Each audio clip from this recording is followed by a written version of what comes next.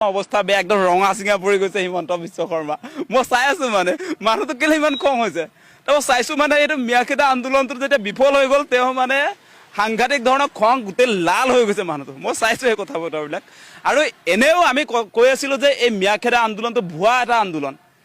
এটাও মিয়া তাৰপৰা খেদিব নোৱাৰে আৰু অলপ দিনৰ কাৰণে খেদিব টকা পইচা এটোপোলা দিবগে যেতিয়া তাৰপাছত আকৌ সেই মিয়া তাত আকৌ ওলাব সেইটো হৈ গৈছে আমাৰ প্ৰমাণ হৈ গৈছে যে আজি 6-7 মাহ মানৰ আগত মিয়াখেদা আন্দোলনটো এবাৰ প্ৰথম নহয় 6-7 মাহৰ আগতো হৈছিলে সেই মিয়াখেদা আন্দোলন তেতিয়া ক'লে যে উজনি অসমৰ মিয়া মুক্ত কৰা হ'ল বুলি সেই সময়ত কোৱা হৈছিলে আৰু সেই একেখিনি মানুহে যিবিলাকে মিয়া মুক্ত কৰিলে বুলি কৈছিলে যিবিলাক জাতীয় সংগঠনে নে কি সংগঠন নাজানো মিয়া মুক্ত কৰিলো বুলি কৈছিলে আকৌ মিয়া মুক্ত শিৱসাগৰত কেনেকৈ মিয়া ভৰ্তি শিৱসাগৰ হৈ গ'ল সেই কথাবোৰ বতৰাবিলাক আপোনালোকে চাওক আৰু মোৰ এনেকুৱা লাগে এটা জাতীয়তাবাদী বুলি কোৱা মানুহবিলাক আপুনি সুধিবচোন জাতীয়তাবাদ মানে কি এটাও নাজানে সঁচাই কৈছো জাতীয়তাবাদ বোলে তেজত থাকে বুলি কৈ দিব জাতীয়তাবাদ মানে কি সেই কথাটো তেওঁলোকে নক'ব সুধিব লাগে সাংবাদিকবিলাকে মানে তেওঁলোকৰ কথা বতৰাবিলাকৰ পৰাই প্ৰমাণ হৈ যায় আচলতে জাতীয়তাবাদ মানে কি মোৰ এই প্ৰশ্নটো হোৱাৰ পাছত তেওঁলোকে মোবাইলত আজি চাৰ্চ কৰিবগৈ জাতীয়তাবাদ মানে কি আচলতে গতিকে সেইটো ভুৱা জাতীয়তাবাদ সেই জাতীয়তাবাদটোৰ জৰিয়তে অসমবাসী ৰাইজ নাবাচে এইটোৰ জৰিয়তে আচলতে বিজেপি বাচিব 26ত জিকিব আৰু আমি দেখিছো দেই আপুনি এটা কথা চাওকচোন মিয়াখেদা আন্দোলন বিদেশী খেদা আন্দোলন বিদেশী সংগঠনে খেদিব লাগে নে চৰকাৰে খেদিব লাগে এতিয়া হিমন্ত বিশ্ব শৰ্মাৰ পুলিচ প্ৰশাসন ইমান যে ডাঙৰ এটা হেৰি আছে এতিয়া গৃহ বিভাগটো আছে সেই গৃহ বিভাগৰ মানুহবিলাকক আৰক্ষী প্ৰশাসনৰ মানুহবিলাকে কিয় মিয়া খেদিবলৈ নাযায় মিয়া খেদিবলৈ তেওঁ কাক পঠিয়াইছে দেখিছে নাই আপোনালোকে মানে সেই ভুৱা যে হয় চৰকাৰীভাৱে কিয় নকৰে বস্তুটো ভুৱা মানে চৰকাৰীভাৱে সেইকাৰণে হিমন্ত বিশ্ব শৰ্মাই নকৰে কথাটো বুজি লওক আপোনালোকে অসমবাসী ৰাইজ যে বহুত আৰ্মি মিলিটাৰী অসম পুলিচ আমাৰ বহুত গিজগিজে আছে অসমত তেওঁলোকে এঘৰ মানুহত গৈ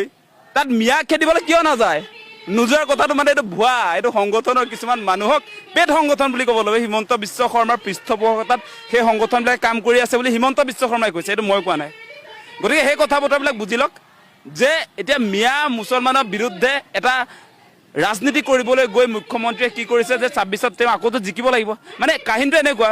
যে লোকসভাৰ নিৰ্বাচনত যোৰহাট আৰু শিৱসাগৰত অৱস্থা বেয়া হৈ গ'ল বিজেপি চৰকাৰৰ অৱস্থাটো বেয়া হৈ গ'ল লোকসভা নিৰ্বাচনত গতিকে সেই তাত অৱস্থাটো ভাল কৰিবৰ কাৰণে কি কৰিব লাগিব মানে সিহঁতৰ মাথা বেয়া হৈ আছে হিমন্ত বিশ্ব শৰ্মাৰ মাথাটো বেয়া হৈ আছে কাৰণটো কি যে লোকসভা নিৰ্বাচনত গোটেই দিছপুৰটো উঠি গৈছিলে যোৰহাটত তাত বাহৰ পাতি লৈছে মানে এই লোকসভাৰ যিটো ইলেকশ্যন আছিলে তাৰ পাছতো তেওঁলোকে পৰাজয় বৰণ কৰিলে তাৰপাছত ভাবিলে যে এতিয়া কি কৰিব পৰা যায় মানে অসমত এটাই কাম কৰিব পাৰি মানুহক দুভাগ কৰিবৰ কাৰণে হিন্দু মুছলমান এতিয়া ভুৱা নাটক এটা কৰিব লাগে মিয়াখেদা আন্দোলন সেই তেওঁৰ মগজত খেলালে মানে দুষ্ট মগজ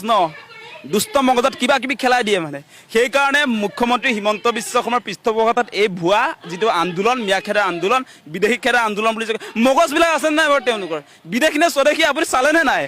নোচোৱাকৈ সংখ্যালঘু দেখিলেই বিদেশী হৈ নাযায় আপোনালোকে খেদা এজনো সেইকাৰণে বাংলাদেশ নাপায়গৈ মানে হিমন্ত বিশ্ব শৰ্মা আৰু তেওঁৰ কোম্পানী যিবিলাক সংগঠন তেওঁলোকে খেদা এজন মানুহকো যে বাংলাদেশ পাব নোৱাৰে সেইকাৰণে মানে আপোনালোকৰ মগজটো নাই মই কৈ দিছোঁ আজি অপেনলি সেই ভুৱা নাটকবিলাক নকৰিব বিদেশী খেদাৰ নামত আপোনালোকে যে নাটক কৰি আছে প্ৰমাণ ক'ত হ'ল যে এইকেইদিন আপোনালোকে নিশ্চয় দেখা পালে গোটেই বিদেশী ন্যায়াধিকৰণত যিবিলাকৰ গোচৰ চলি আছিলে বিদেশী যিবিলাকে হ'বলৈ গৈ আছিলে